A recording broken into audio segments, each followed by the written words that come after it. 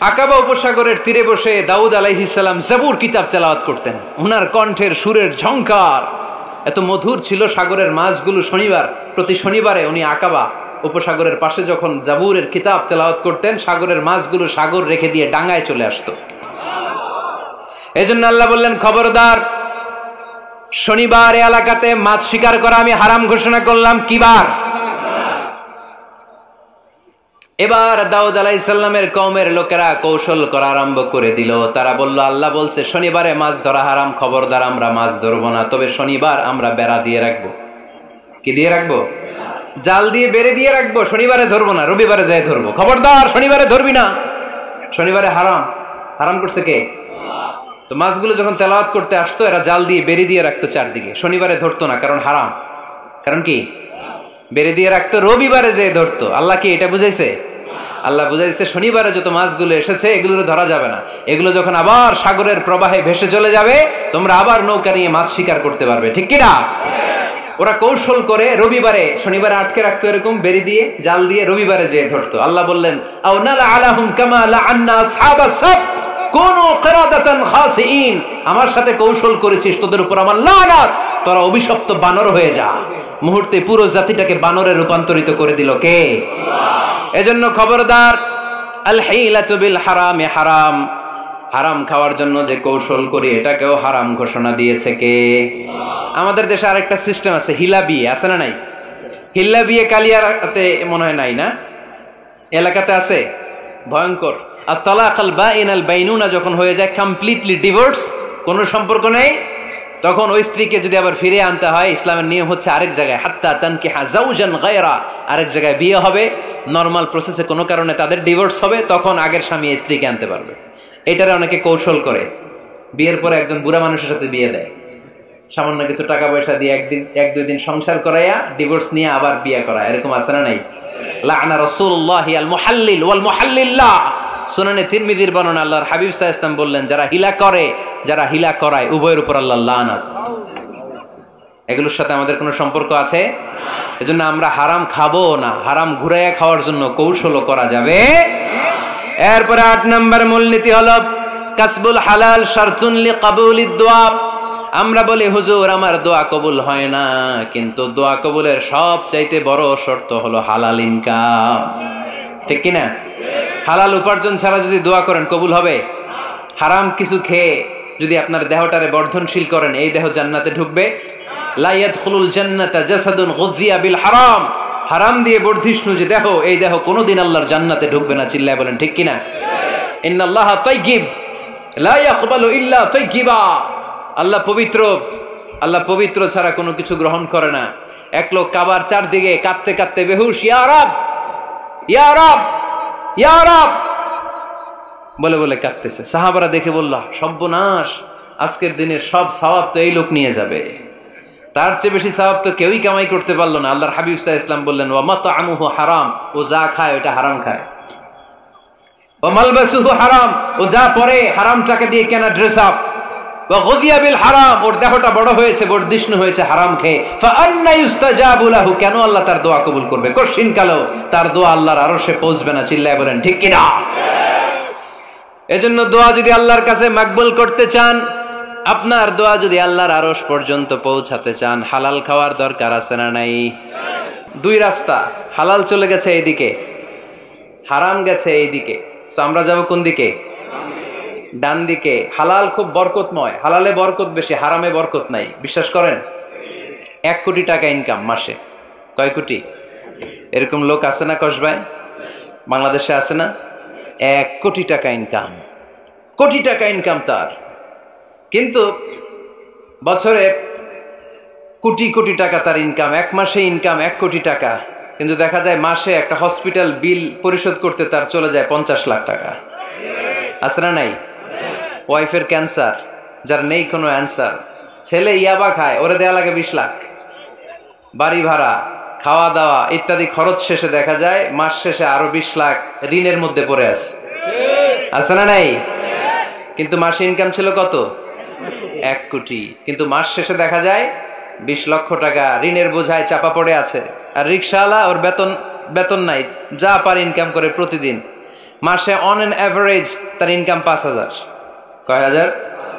1,000 চলে যায় ওর যে ছুপরির বেড়া ওই বাড়ির ভাড়া দিতে, 1,000 চলে যায় ওর খাওয়া, 1,000 চলে যায় চিকিৎসা, 1,000 চলে যায় ছেলেমেয়েদের পড়াশোনা, আনুষঙ্গিক আরো 500, মাস শেষে আরো থেকে যায় 500।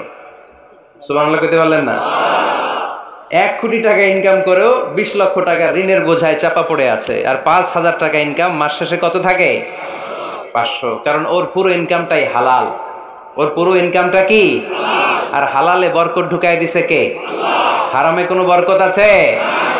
আওয়াজ করে বলেন তো, গরু খাওয়া হালাল না হারাম? কুকুর খাওয়া? কুরবানিতে কি জবাই হয়?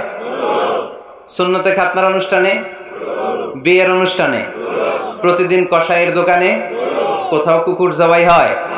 আচ্ছা, গরু বা গাভী বছরে বাচ্চা দেয় কয়টা? একটা। আর কুকুর দেয় কয়টা? 7টা, 10টা, 11টা।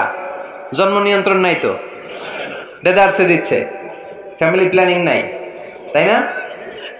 আচ্ছা, তো দেখেন, গরু বাচ্চা দিল কম, কুকুর বাচ্চা দিল বেশি। গরু জবাই হয় বেশি, কুকুর জবাই হয় না। গরু আমরা খাই বেশি, কুকুর খাই না। তারপরেও কসবায় গরু বেশি না কুকুর বেশি? আওয়াজ করে বলতে হবে, গরু না কুকুর? কারণ গরু খাওয়া হালাল, আর হালালে বরকত ঢুকাই দিছে কে? এজন্য দ্য ডিসিশন ইজ ইয়োরস, সিদ্ধান্ত আপনার। কই যাবেন, ডানে না বায়ে? হালালের সাথে না হারামের সাথে? হালালটা হচ্ছে পরিবেশ বান্ধব। হালালটা কি? Eco friendly. এটা পরিবেশ বান্ধব, এটা স্বাস্থ্যকর, এটা রুচিসম্মত, এটার মধ্যে কোনো ঝামেলা নাই, এটাতে কোনো ভেজাল নাই। হালালে থাকলেই লাভ, যদিও অল্প। সুবহানাল্লাহ পড়েন। এজন্য রাব্বুল আলামিন বলেন, ইয়া আইয়ুহান নাসু কুলু মিম্মা ফিল আরদি হালালান তাইয়্যিবা ওয়া লা তাত্তাবিউ খুতুওয়াতিশ শাইতান ইন্নাহু লাকুম আদুউম মুবিন। ওহে মানুষেরা, শোনো শোনো, এই জমিনের ভেতরে যেটাকে আমি হালাল করেছি, যেটাকে আমি পবিত্র করেছি, ওইটা খাও, ওইটা গ্রহণ করো। হারাম খেও না, হারাম অর্জন করো না, হারামের কাছেও যেও না। শয়তানের পদাঙ্ক অনুসরণ করো না। জেনে রেখো, শয়তান হলো তোমাদের প্রকাশ্য দুশমন। ঠিক কিনা? আদুউম মুবিন। শয়তান আমাদের প্রকাশ্য দুশমন। সে হারামকে আমাদের কাছে চাকচিক্যময় করে তোলে। সে বুঝাতে চায় হারামের মধ্যে আরাম। আসলে হারামে আরাম আছে, হালালের মধ্যে বরকত। এজন্য আমরা সবসময় হালাল অবলম্বন করব। রাজি আছেন তো? কিন্তু আমরা যদি আমাদেরকে প্রশ্ন করি, আমাদের ব্যবসায়, আমাদের চাকরিতে, আমাদের লাইফ লিডিং সিস্টেমে আমরা কি শুধু হালাল খাই? কি খাই? হালালও খাই, সুযোগ পাইলে একটু যদি পাই অমনি ধরে ঘাপুস ঘুপুস। সুযোগ পাইলেই কি ঘাপুস ঘুপুস? ঘাপুস ঘুপুস করা যাবে না। অনেকে আবার আছে দেখবেন, খাওয়ার ক্ষেত্রে হালাল খোঁজে। খাওয়ার ক্ষেত্রে আমি অনেক লোক দেখেছি। থাইল্যান্ডে আমি গেলাম, দেখি যে তার ব্যাপারে জানি যে সরকারি চাকরি করে, লক্ষ লক্ষ টাকা 2 হাতে কামায়। এমনি গাছেরটাও খায়, তলারটাও কুড়ায়। আছে না নাই? তো ইচ্ছে মতো ডানে বায়ে ইনকাম করে, হালাল হারাম দুইটাই খায়। কিন্তু থাইল্যান্ডে যে হালাল খাবার খুঁজতেছে। কি খুঁজতেছে? ওখানে যে জিজ্ঞেস করে যে এই দোকানে কি পর্ক আছে? পর্ক থাকলে খাবো না। পর্ক মানে হচ্ছে শুকরের চর্বি। শুকরের গোশত বা চর্বি মিশানো কোনো খাবার উনি খাবে না, কারণ এটা হারাম। আর বুঝতে খায় এটা খুব হালাল। এরকম ডাকাইতে আছে না নাই? তাহলে আমাদের মুসলমানদের সবচেয়ে বড় সমস্যা হচ্ছে আমরা খাওয়ার ক্ষেত্রে হালাল খুঁজি, কিন্তু ইনকামের ক্ষেত্রে ওই জিনিসটা খুঁজি না। এরকম আছে না নাই? না। Your food should be halal, your drinks should be halal, your income should be halal, your dress up, your fashion should be halal, and your entertainment should be halal. আপনার পোশাক হতে হবে হালাল, আপনার খাদ্য হতে হবে হালাল, আপনার উপার্জন হতে হবে হালাল, আপনি যে বিনোদন করছেন এই বিনোদনটাও হতে হবে হালাল। চিল্লায় বলেন ঠিক কিনা? হালাল বিনোদন লাগবে, হালাল ড্রেস আপ লাগবে। ছেলেরা কি স্বর্ণ পড়তে পারবে? ছেলেরা কি সিল্কের জামা পড়তে পারবে? আমরা সিল্কের জামা পরি না, এটা আমাদের জন্য হারাম করেছে কে? ছেলেরা জুয়েলারি পড়তে পারবে? গলায় চেন পড়তে পারবে? হাতে ব্রেসলেট দিতে পারবে? আছে না নাই? এখানেও অনেকের আছে না নাই? দেয়া যাবে? অনেক ছেলে দেখবেন আবার কানের মধ্যে ছিদ্র করে। কসবায় মাশাআল্লাহ এগুলা নাই। আমি বাঁচায় দেওয়ার জন্য কইলাম নাই, আবার ওরা কয় আছে।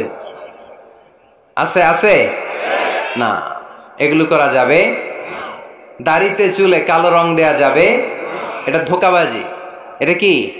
মান গাশশানা ফালাইসা মিন্না। আল্লাহর হাবিব সাল্লাল্লাহু আলাইহি ওয়াসাল্লাম বললেন, the person who deceives us he is not among আস। যে আমাদেরকে ধোঁকা দেয় সে কখনো আমার উম্মত হতে পারে না। মদিনার খেজুরের বাজার ভিজিট করতে গেলেন আল্লাহর হাবিব সাল্লাল্লাহু আলাইহি ওয়াসাল্লাম, অডিট করতে গেলেন। যে খেজুরের স্তূপের ভেতরে আল্লাহর হাবিব সাল্লাল্লাহু আলাইহি ওয়াসাল্লাম হাত ঢুকায় দিলেন, ঢুকায় দিয়ে দেখলেন ভিতরে পানি, উপরে শুকনা খেজুর, ভিতরে ভিজা খেজুর। আল্লাহর হাবিব সাল্লাল্লাহু আলাইহি ওয়াসাল্লাম বললেন, ঘটনা কি? ভিজা কেন? ব্যবসায়ী বলতেছে, বৃষ্টি হয়েছিল। কি হয়েছিল? তো বৃষ্টি হইলে তো তার নমুনা সব জায়গায় থাকবে। তখন আল্লাহর হাবিব সাল্লাল্লাহু আলাইহি ওয়াসাল্লাম দাঁড়িয়ে বলেছিলেন, খবরদার, মান গাশশানা ফালাইসা মিন্না। যে আমাদেরকে ধোঁকা দেয় সে আমাদের দলভুক্ত হতে পারে না। এজন্য আমরা যেন কাউরে ধোঁকা না দেই, আমরা যেন হারামের সাথে সম্পর্ক জুড়ে না দেই।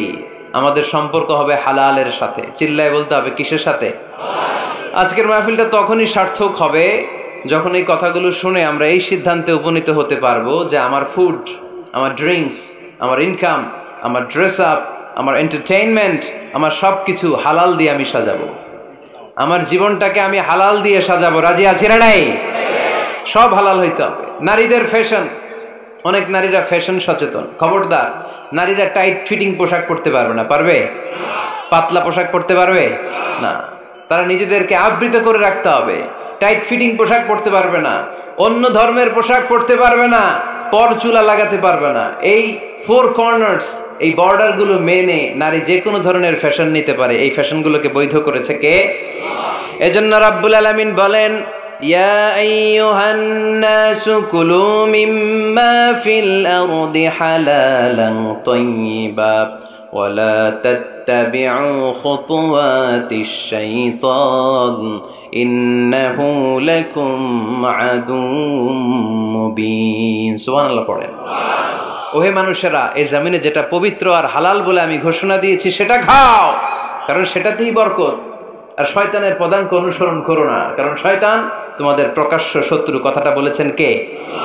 তাহলে আমরা হালালের পক্ষে না বিপক্ষে? এই আপনাদের গলার আওয়াজ। হালালের পক্ষে না বিপক্ষে? হারামের পক্ষে না বিপক্ষে? আমরা আমাদের জীবনটা হালাল দিয়ে সাজাতে চাই কি চাই না? কারণ হালালে বরকত ঢুকাই দিছে কে? কিভাবে আপনার জীবনের প্রতিটি অঙ্গনকে হালাল দিয়ে সাজাবেন? কিভাবে এই হারাম থেকে বেঁচে থাকবেন? এর কিছু মূলনীতি আছে, some principles, you have to follow it. এই প্রিন্সিপালগুলো যদি খেয়াল করেন তাহলে হালাল দিয়ে জীবন সাজানো সহজ। আর এই প্রিন্সিপালে, মূলনীতিতে যদি ভেজাল লাগাই দেন তাহলে সব জায়গায় ভেজাল আছে না নাই? আজকে এই চমৎকার দুপুরে আমরা হালাল হারামের মূলনীতির ব্যাপারে কয়েকটি কথা শুনে বিদায় নিব ইনশাআল্লাহ। পড়েন। হালাল এবং হারামের প্রথম মূলনীতি হচ্ছে আল আসলু ফিল আশিয়াই আল ইবাহা। মূলত সব কিছু পৃথিবীতে যা দেখি, যা পাওয়া যায়, খাবার দাবার যাই হোক না কেন, মৌলিকভাবে সবকিছু হালাল। যুবক ছেলেরা বুঝে যাও, কান দুটো খরগোশের কানের মতো খাড়া করো। আমি সহজ করে বুঝাবার চেষ্টা করব, যদিও সহজ করে বুঝানো সহজ না। সহজ করে কইতে আমায় কহজে, সহজ করে যায় না কওয়া সহজে, ঠিক কিনা? তারপর আমি চেষ্টা করছি সহজ করে বুঝানোর। খুব সহজ। আর দিন ও ইউসরুন লা উসরা ফি। দিন সহজ, এর মধ্যে কাঠিন্যতা নাই। মন জয় করার 4টা বাক্য আল্লাহর হাবিব সাল্লাল্লাহু আলাইহি ওয়াসাল্লাম আমাদেরকে শিখিয়ে গিয়েছেন। বাশিরু ওয়ালা তুনাফিরু, ইয়াসিরু ওয়ালা তুআসিরু। সহজ করে উপস্থাপন করো, কঠিন করো না। মানুষকে দিনের প্রতি আকৃষ্ট করো, দিন থেকে ভাগিয়ে দিও না। আমরা অনেকে দিন থেকে ভাগাই দেই, আছে না নাই? এক ছেলে হিন্দু হইছে, হিন্দু থেকে মুসলমান হইছে। আগে ছিল হিন্দু, এখন দেখে এই ছেলেরা কি সুন্নি মুসলমান বানাবে, না ওয়াহাবি বানাবে, না আহলে হাদিস বানাবে, না হানাফি বানাবে, এই নিয়ে কিলাকিলি আছে না নাই? আহা, কি বিপদ! সে আগে হিন্দু আসছিলাম, এটাই তো ভালো আসছিলাম। মুসলমান হওয়ার পরে এর ভয় দেখানো শুরু করছে, এই খবরদার, নামাজ রোজা জাকাত হজ সব লাগবে, হারাম খাওয়া যাবে না, এটা নাই ইসলামে, এটা নাই, ওইটা নাই, ওইটা নাই। হিন্দু কে তাহলে আমিও নাই, এরকম হয় না? খবরদার, আল্লাহ ছাড় দিতে চায়, মৌলবীরা ছাড় দেয় না, আছে না নাই? তো আমরা যেন কঠিন না করি। হালাল হারামের প্রথম মূলনীতি হচ্ছে basically everything in this world is হালাল। এই পৃথিবীতে যা আছে সবই হালাল। সব কি? সব হালাল, সব হালাল, সবই হালাল, অল্প কিছু হারাম। সুবহানাল্লাহ পড়েন।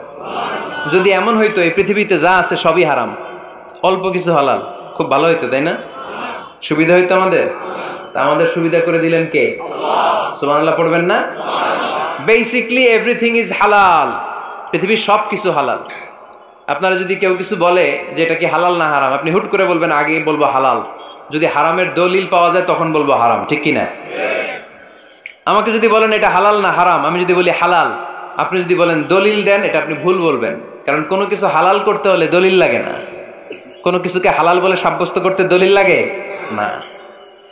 হারাম বলে যদি সাব্যস্ত করতে চান তখন দলিল লাগবে, তাও তেনা পেছানো দলিল দিয়ে হবে না, যেন তেন দলিল দিয়ে হবে, অকাট্য দলিল। এটাকে বলে আল আদিল্লা আল কাতঈয়া। অকাট্য দলিল লাগে কোনো জিনিসকে হারাম সাব্যস্ত করতে হলে। তাহলে এই যে আমাদের জন্য আল্লাহ সহজ করে দিলেন, সবকিছু বেসিকলি হালাল যতক্ষণ না এটা হারাম হওয়ার ব্যাপারে দলিল পাওয়া যায়। এজন্য হারাম হারাম জিকির না করে জিকিরটা চেঞ্জ করে করতে হবে হালাল হালাল। কথা বলেন ঠিক কিনা? জিকির দুই ধরনের আছে। জিকির কয় ধরনের? একটা জিকির হচ্ছে হারাম হারাম হারাম, এক দলের কাছে সবই হারাম। একটা সময় এদেশের কিছু আলেম সমাজ ইংরেজিকে হারাম বলতো, ইংরেজি শিক্ষা করাকে কি বলতো? সময়ের বিবর্তনে এটা এখন হালাল। এখন এটা কি হালাল। একটা সময়ে আলেম সমাজের কিছু অংশ রাজনীতি করাকে হারাম বলতো, কথা কি বুঝতেছেন? এখন এটা কি হালাল হয়ে গেছে। ইসলামী ব্যাংকিং কে হারাম বলতো একটা সময়, যে না কোনো ফিনান্সিয়াল ট্রানজাকশন এই সিস্টেমে ব্যাংকিং এটা ইসলামে জায়েজ না, এটা হারাম হারাম। কারণ ওদের জিকির কি, কথা কয় না, হারাম হারাম হচ্ছে এদের জিকির। একটা সময় ইসলামিক ব্যাংকিং হারাম ছিল, এখন এটা কি হয়ে গেছে? তার মানে এখনো অনেক কিছু এদের কাছে হারাম। সময়ের বিবর্তনে, কালের আবর্তনে এদের মুখ দিয়ে এগুলো একদিন হালাল হয়ে বের হবে। চিল্লায় বলেন ঠিক কিনা?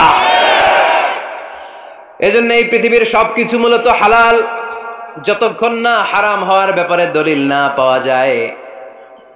হারাম করতে হলে দলিল লাগে, হালাল বানানোর জন্য দলিল লাগে না।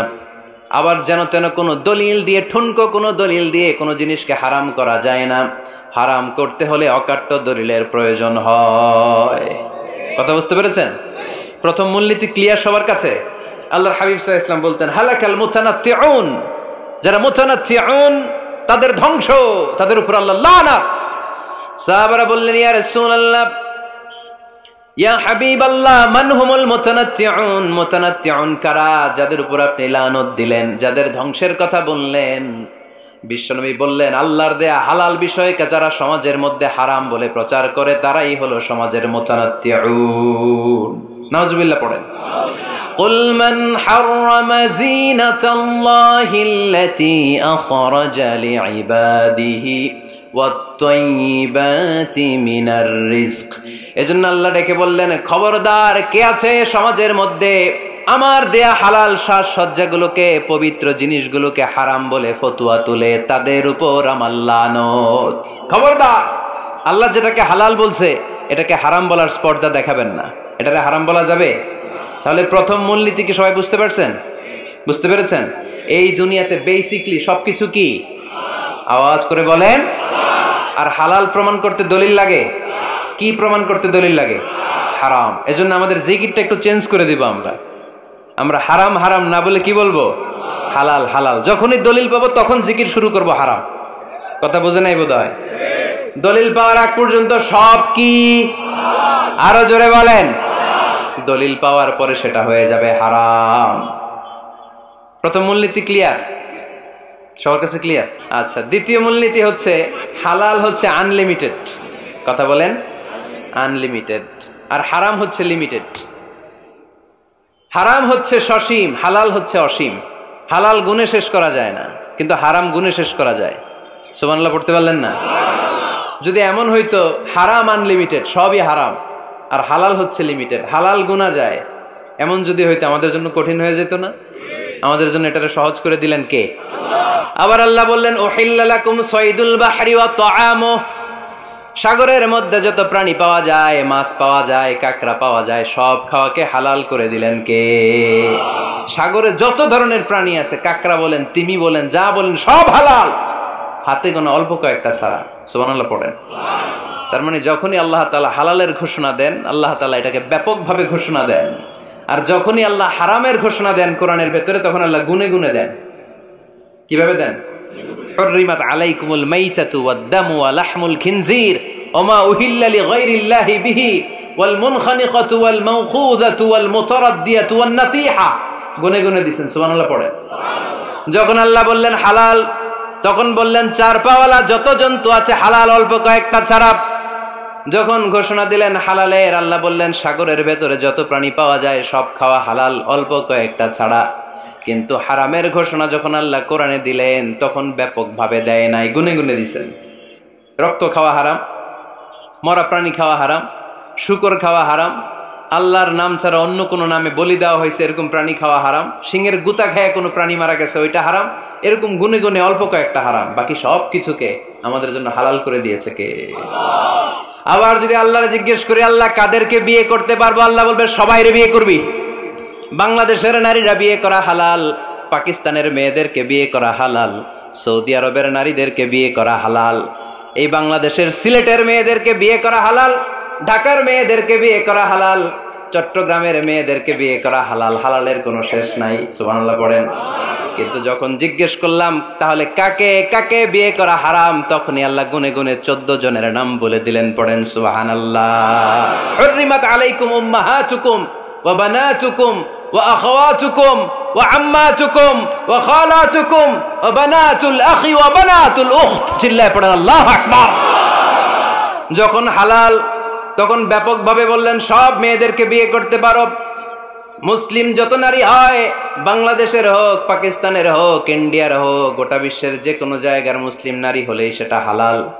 কিন্তু হারাম কোনটা যখন জিজ্ঞেস করলাম, গুনে গুনে বললেন মাকে বিয়ে করা হারাম, নিজের কন্যাকে বিয়ে করা হারাম, বোনকে বিয়ে করা হারাম, ফুফিকে বিয়ে করা হারাম, খালাকে বিয়ে করা হারাম, ভাতিজিকে বিয়ে করা হারাম, নিজের ভাগ্নিকে বিয়ে করা হারাম। সুবহানাল্লাহ পড়বেন না? তাহলে সহজ না কঠিন? চিল্লায় বলেন কি সহজ ইসলাম, কত সহজ। দাঁড়িয়ে নামাজ পড়া ফরজ, দাঁড়াতে পারতেছেন না, বসে পড়লেও কবুল করবে কে? অজু করে নামাজ পড়া কি? পানি নাই, তায়াম্মুম করে নামাজ পড়লে কবুল করবে কে? বিয়েতে মোহরানা দেওয়া কি? মোহরানা নাই। এক সাহাবী বললেন ইয়া রাসূলুল্লাহ বিয়ে করব, মোহরানা আছে? না। কি আছে? কিচ্ছু নাই। তো কিচ্ছু না থাকলে বিয়ে করবো কেমনে? মোহরানা দেওয়া লাগবে না? কোরআন পারো? পারি। কয়টা সূরা? এতটা সূরা। এক নারীকে জিজ্ঞেস করলেন কোরআন পারো? বলে না, পারি না। আল্লাহর হাবিব সাল্লাল্লাহু আলাইহি ওয়াসাল্লাম দুইজনকে বিয়ে পড়ায় দিলেন। আর নারীকে বললেন মা তুমি কোরআন পারো না, কিন্তু তোমার স্বামী কোরআন পারে, তোমার স্বামী টাকা দিয়ে পয়সা দিয়ে তোমাকে মোহরানা দিবে, সামর্থ্য তার নাই, সে প্রতিদিন তোমার একটু একটু করে কোরআন শিখায় দিবে, এটাই মা তোর বিয়ের মোহর। সহজ না কঠিন? আর কোনদিন ইসলামকে কঠিন বলবেন? কেউ কঠিন বললে ওটা শুনবেন? আওয়াজ করে বলতে হবে ইসলাম কি কঠিন না সহজ? মাশাআল্লাহ। দুইটা মূলনীতি বুঝে গেছেন না? পৃথিবীর সব হালাল যতক্ষণ না দলিল পাওয়া যায়। হালাল বলতে দলিল লাগে না, হারাম বলতে দলিল লাগে। 2 নাম্বার, হালাল আনলিমিটেড আর হারাম লিমিটেড, সহজ করে দিয়েছে, সুবহানাল্লাহ পড়েন। 3 নাম্বার, হালাল হারামের মূলনীতি হচ্ছে ইসলাম শুধু হারাম বলে দিয়ে বসে থাকে নাই। কোনো বিষয়ে যদি ইসলাম হারাম ঘোষণা দেয়, ইসলাম একটা অল্টারনেটিভ আমাদেরকে সাজেস্ট করেছে। সুবহানাল্লাহ। আমি বলে দিলাম এটা করা যাবে না, এটা করা যাবে না, এটা করা যাবে না, আমার কাজ শেষ, কি করা যাবে হুজুর এটা কোন? এরকম প্রশ্ন আছে না নাই? হারাম হারাম এই জিকির করে যে আপনি বসে রইলেন, হালাল কোনটা এটা বলে দিয়ে যান, চিল্লায় বলেন ঠিক কি না? ইসলাম শুধু হারাম বলেই বসে থাকে নাই, যত জায়গায় ইসলাম হারাম বলেছে, ইসলাম একটা অল্টারনেটিভ সাজেস্ট করেছে। Islam provides us the alternatives, always alternative দিয়েছে। ইসলাম দ্যার্থহীন কণ্ঠে ঘোষণা দিয়ে আমাদেরকে জানিয়ে দিয়েছে সুদ খাওয়া হালাল না হারাম। আমরা বললাম আল্লাহ সুদ যদি হারাম হয় আমরা কেমন করে আমাদের জীবন চালাবো? আল্লাহ বললেন ওয়া আহাল্লাল্লাহুল বাই'a ওয়া হারামার রিবা। চিন্তা নাই, ভয় নাই, কেমন করে সমাজ চলবে জেনে রাখো, আমি আল্লাহ যখনই সুদকে হারাম করেছি তার বিপরীতে ব্যবসাকে আমি আল্লাহ তোমাদের জন্য হালাল করে দিয়েছি। অল্টারনেটিভ আছে না নাই? অল্টারনেটিভ মানে বোঝেন তো? বিকল্প। অল্টারনেটিভ মানে কি? বিকল্প। সুদ হারাম, সুদ হারাম বলে বসে থাকলে হয়তো ঝামেলা লাগতো না? সুদকে হারাম করে দিয়ে অল্টারনেটিভ আল্লাহ আমাদের জন্য ব্যবসাকে হালাল করে দিয়েছেন। পড়েন সুবহানাল্লাহ। ইসলাম বলেছে ওয়ালা তাকরাবুজ জিনা, খবরদার, বিবাহ বহির্ভূত গার্লফ্রেন্ড বয়ফ্রেন্ড বলেন, পরকিয়া বলেন, কোন ধরনের শারীরিক সম্পর্ক জায়েজ নাই, এটা হারাম। জিনার কাছেও যেও না। এখন আমরা বললাম আল্লাহ জিনার কাছেও যদি না যায় তাহলে যৌন চাহিদা মিটাবো কি করে? আল্লাহ বললেন জিনাকে হারাম করেছি, অল্টারনেটিভ বিয়ের জায়েজ করে দিয়েছি। আন-নিকাহু মিন সুন্নতি ফামান রাগিবা আন সুন্নতি ফালাইসা মিন্নি। বিয়ে আমার সুন্নাহ, যে আমার সুন্নাতরে ভালোবাসে না সে আমার উম্মত হতে পারে না। এজন্য যুবক ভাইরা বিয়ে করবা। কি করবা? বিয়ের চেয়ে কোনো ভালো কাজ পৃথিবীতে হতে পারে। আমরা গার্লফ্রেন্ড বয়ফ্রেন্ড মানি না। আছে নাকি এদিকে কারো? আছে? আছে না? না, ওই যে কত বড় সাহস, হাত তোলা আবার দুই একটা। এগুলার পুরা দেহটাই কলিজা। আমার সামনে বসে হাত তুলতেছে, আমার আছে, দেখছেন? পুরাটাই কলিজা এগুলো। না, এই জিএফ বিএফ এগুলোর সাথে আমরা নাই। আমরা বিয়ে করব। বিয়ে করলে বরকত দেয় কে? ছেলের বাপ মেয়ের বাপ সহজ করে দেন, সহজ করে দিবেন। কালিয়ারা না, কালিয়ারা, কালিয়ারার ছেলের বাপ মেয়ের বাপ যারা আছেন সহজ করে দেন। ছেলে যদি মেয়েকে পছন্দ করে, মেয়ে যদি ছেলেকে পছন্দ করে, ছেলে যদি নামাজি হয়, কর্মঠ হয়, মেয়ে যদি ভদ্র হয়, বাদ সাধবেন না, বিয়ে দিয়ে দেন। কারণ বিয়ের চেয়ে ভালো কাজ আর হতে পারে না। যে পোলাপানের গলার আওয়াজ বেড়ে গেছে এখন মহা খুশি।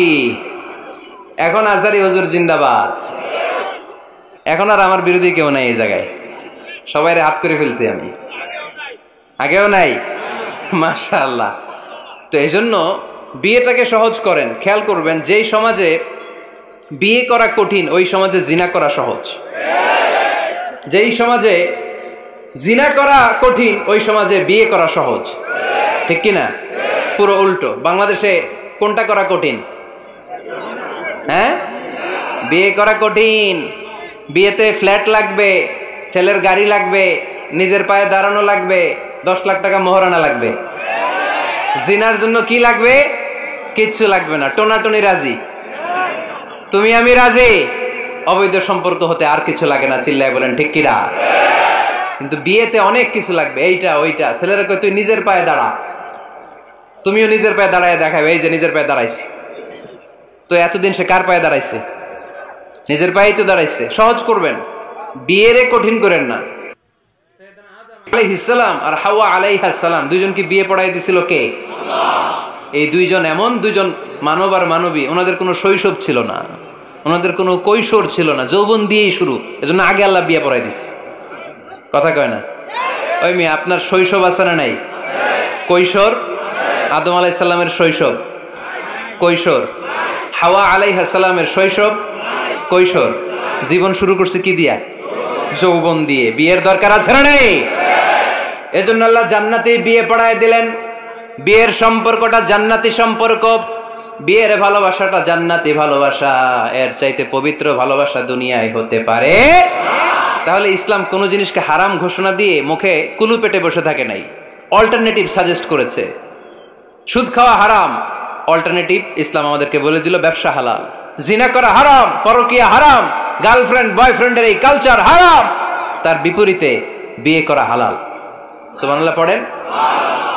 এরপরে ইসলাম বলে মদ খাওয়া হারাম। ইন্নামাল খামরু ওয়াল মাইসির ওয়াল আনসাব ওয়াল আজলামু রিজসুম মিন আমালিশ শাইতানি ফাজতানিবু। খবরদার, মদ, জুয়া, লটারি এগুলো হারাম করে দিয়েছে কে? আল্লাহ বললেন মদ খেও না, মদ তোমাদের জন্য হারাম ঘোষণা করা হলো। আমরা বললাম আল্লাহ, শীত প্রধান দেশে মদ খেলে শরীরটা গরম থাকে, মদ না খেলে তো বেঁচে থাকার উপায় না। স্ক্যান্ডিনেভিয়ান কান্ট্রিগুলোতে, সাইবেরিয়াতে মদ না খেলে ওদের বাঁচার উপায় নাই। এখন অল্টারনেটিভের দরকার আছে না নাই? আল্লাহ বললেন মদকে হারাম করেছি কিন্তু মধু খাওয়াকে হালাল করে দিয়েছি। মধু খান আপনারা? আজকে খাইছেন কে কে দেখি? আজকে অনেকে খাইছেন? মাশাআল্লাহ, হাত নামান। মধু 5-6 চামচ খেয়ে দেখেন একসাথে। মদের বাবা এটা, চিল্লায় বলেন ঠিক কিনা? শরীর গরম হবে, অনেক অনেক শক্তি হবে। মধুর মধ্যে আছে ফ্রুকটোজ। কি আছে? ফলের মধ্যে আছে সুক্রোজ, আর চিনিতে আছে গ্লুকোজ। ফ্রুকটোজ আর সুক্রোজ এটা স্বাস্থ্যসম্মত, এটা ভেরি হেলদি ডায়েট। এটা খাবেন, তাহলে সুস্থ রাখবে কে? তাহলে সুক্রোজ খাবো, ফ্রুকটোজ খাবো, আর গ্লুকোজ কমায় দিব। রাজি আছেন তো? এরপর ইসলাম আমাদেরকে বলল ঢোল বাদ্য বাজানো এটা হারাম। অশ্লীল গান বাজনা হারাম, নাচানাচি হারাম। আমরা বললাম